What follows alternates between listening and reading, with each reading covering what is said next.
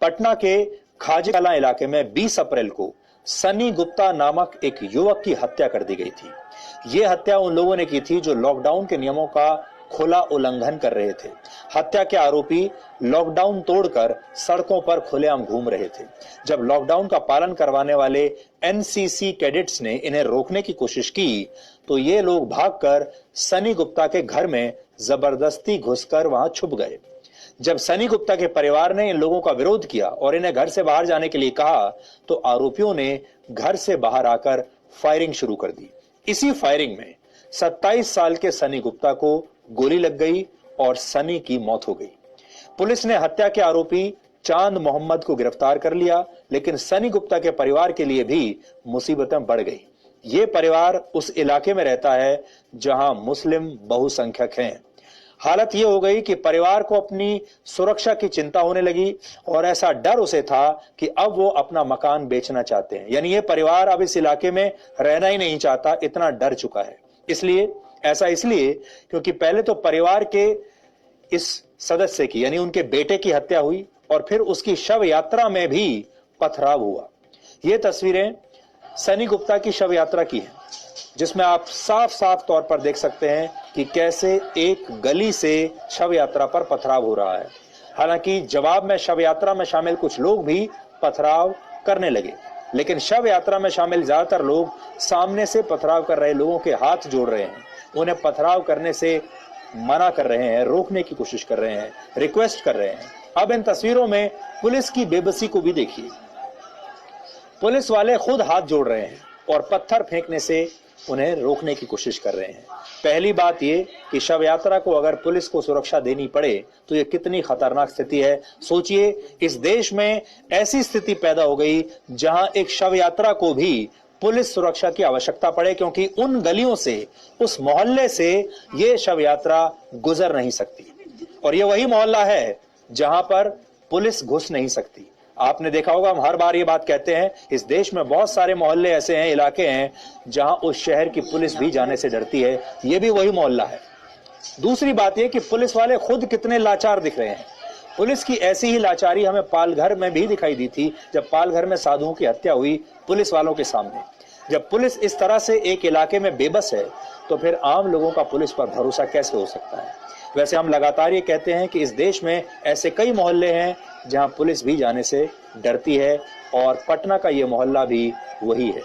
हैरानी वाली बात यह है, हैरानी की, कि पुलिस ने उल्टे शव यात्रा में शामिल पीड़ित परिवार के लोगों पर ही लॉकडाउन तोड़ने का मामला दर्ज कर लिया। हमने पटना के इस इलाके से आज एक ग्राउंड रिपोर्ट की है, क्योंकि वैसे तो कोई मीडिया के लोग भी यहाँ जाना नहीं चाहते, यहाँ जाना वैसे भी खतरे से खाली नहीं है, लेकिन हम वहां पर गए हैं। ये वो खबर है जिसे कानून व्यवस्था का मामूली मामला बताकर दबाने की कोशिश हुई है, जिस पर कोई बात नहीं कर रहा। लेकिन आप सब लोग जब ये ग्राउंड रिपोर्ट देखेंगे तो आपको समझ में आ जाएगा कि इस देश में धर्म निरपेक्षता के नाम पर क्या हो रहा है। एक समुदाय को सताया जा रहा है और दूसरे समुदाय को वीआईपी ट्रीटमेंट दी जा रही है।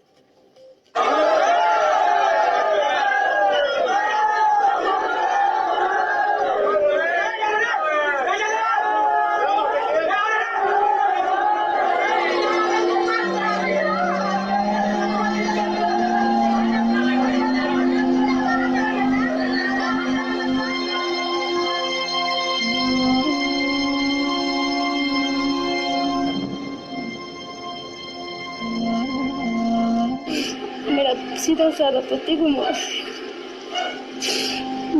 मेरा पति किसी से उल्टा केस हम पर किया जा रहा है, पूरे परिवार पर केस किया जाए, मेरे भाई हैं, चचा हैं, जो भी है उस पर किया जाए। सर बताइए, हम लोग हम पर केस किया जाएगा, उल्टा केस करेगा, हम पर करेगा तो हम अपने आप को सुसाइड कर लेंगे। सर दो बच्चा सब है, ऐसा हमको कभी भगवान दिन नहीं दिखा है। मेरा दुख आप समझे, और मैं बहुत बहुत धन्यवाद जिन इसके बहुत बहुत धन्यवाद जो हमारी पहचान को पहचानने के लिए पाए। पटना का ये परिवार 7 दिन से अपने बेटे के लिए न्याय मांग रहा है, लेकिन सुनने वाला कोई नहीं, क्योंकि इस परिवार के बेटे की हत्या की खबर उस एजेंडे में फिट नहीं बैठती जो एजेंडा किसी पीड़ित का धर्म देखकर चलता है। 20 अप्रैल को इस परिवार के बेटे सनी गुप्ता की गोली मारकर हत्या कर दी गई थी। 7 दिन हो रहे हैं। बहुसंख्यक मुस्लिम समुदाय के बीच रहने वाला ये परिवार इतना डरा है कि घर बेचकर कहीं और जाने का मन बना चुका है। जब हमने बोर्ड टांगा मकान का, जब हमने बोर्ड टांगा तो विरोध किए हिंदू लोग कि गोपाल भैया ये क्या कर रहे हैं आप, ये क्या कर रहे हैं बाबू बाबा, ये खानदानी दादा दादी के मकान है, हम लोग मकान है। हम कहा बाबू ऐसा है कि हम तो कुछ से मेरा परिवार लोग कुछ नहीं है सर, हमारे पास पूंजी नहीं है सर, हम एक बेच बात के सर तो हम बसर कर लेंगे परिवार को सर। और वो लोग हिंदू लोग भी पलायन करने की कोशिश कर रहे हैं सर कि नहीं हम भी नहीं सोच नहीं है सर, कोई सोचित नहीं यहाँ पर सर। आप हमारा मकान देख लीजिए कि किस कटघड़ी में है और किस जगह पर है हमारा मकान। हमको तो चाहिए बेटा को इंसाफ, मौत के बदला मौत चाहिए। जो बेटा मेरा मारा है ना सर, कल बेटा को इंसाफ मिलना चाहिए। दो छोटा बच्चा है।